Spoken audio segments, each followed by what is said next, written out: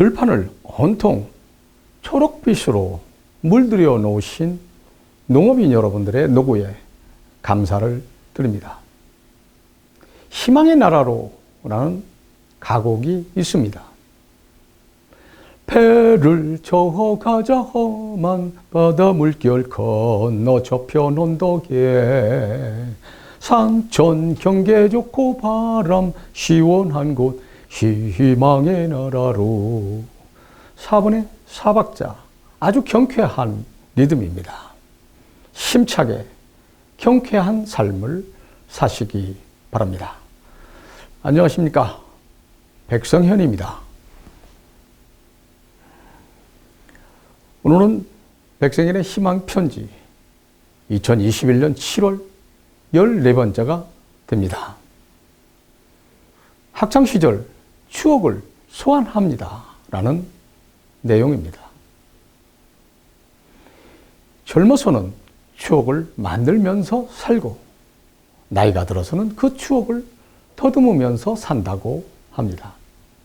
나이가 들면 돈도 권력도 명예도 아닌 추억이 많은 사람이 진정한 마음의 부자라고 합니다. 오늘 저와 함께 추억 속으로 빠져보시기 바랍니다. 제가 고등학교 2학년 때의 일입니다. 그때는 학도 호국단의 중대장을 맡고 있었습니다. 아침에 학교를 등교를 하는데 고등학교 3학년 선두부 선배들이 교문을 지키면서 복장과 투바를 탄속하고 있었습니다. 저는 특별히 잘못한 것이 없기 때문에 막 인사를 하고 통과하려고 하는데 저를 붙잡아 세우고 다짜고짜 가방을 내려놓고 엎드려 뻗치라고 말합니다. 저는 엎드려 뻗쳤습니다. 그랬더니 준비된 강목으로 때리기 시작하는데 결국 그 강목이 풀어져서야 저는 일어날 수가 있었습니다. 그래도 분이 안 풀렸던지 저를 데리고 강당으로 가서 주먹으로 때리기 시작했습니다. 그런데 저는 지금도 왜 맞았는지를 그 이유를 모릅니다. 아마도 단단히 뭔가 미운 털이 박혔겠구나 이렇게 생각만 할 뿐입니다. 이제 시간이 되어서 학급 조회 시간이 되었습니다. 교실에서 선생님이 조회가 끝나고 나가시면서 저를 교무실로 오라고 하시는 겁니다. 교무실로 갔더니 교복을 내려보라고 하십니다. 교복을 내렸더니 허벅지가 피멍이 들고 피가 터지고 결국 하복 옷에 패여 있었습니다. 교무실이 발칵 뒤집혔습니다. 바로 지금은 없어진 화재중앙시장 앞에 박예과라고 하는 병원이 있었습니다. 거기서 치료를 받고 학교 양호실에서 엎드려서 휴식을 취하고 있는데 저를 때린 선배 3분이 오셔서 무릎을 꿇고 저한테 용서를 구합니다. 저는 이렇게 이야기했습니다. 저는 형님들을 용서할 수가 없다.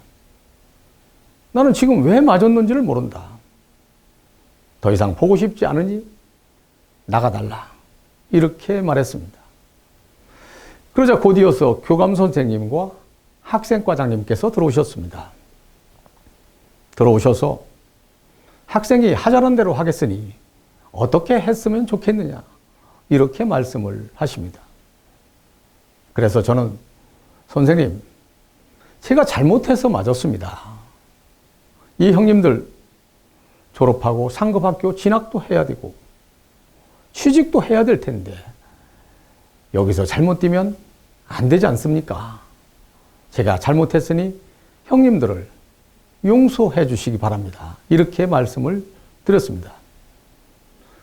그랬더니 교감 선생님께서 제 어깨를 툭 치시면서 너는 장차 3학년이 되면 학생회장이다.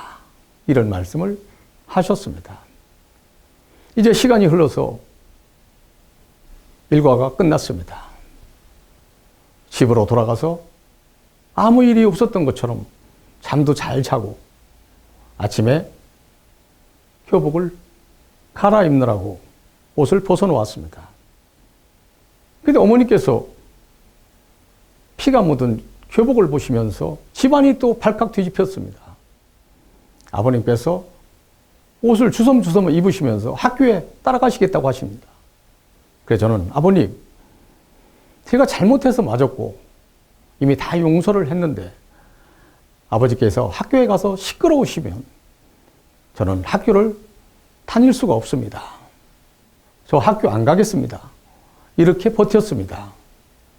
그랬더니 아버지께서 제 뜻을 따라주셨고 저는 아무 일이 없었던 것처럼 학교에 등교를 했고 그 이후 세월이 흘러서 제 친구 3명과 함께 학생회장 경쟁을 하게 되었습니다.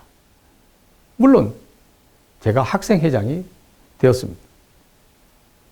그때 때린 3분의 선배 중에서 한 분은 지금도 논산에 살고 계십니다.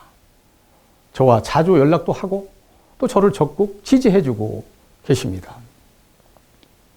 어렵고 힘든 고통의 시간이었지만 저는 화로 풀지 않고 용서를 함으로써 또 다른 행운도 찾아오더라 라는 경험을 했습니다.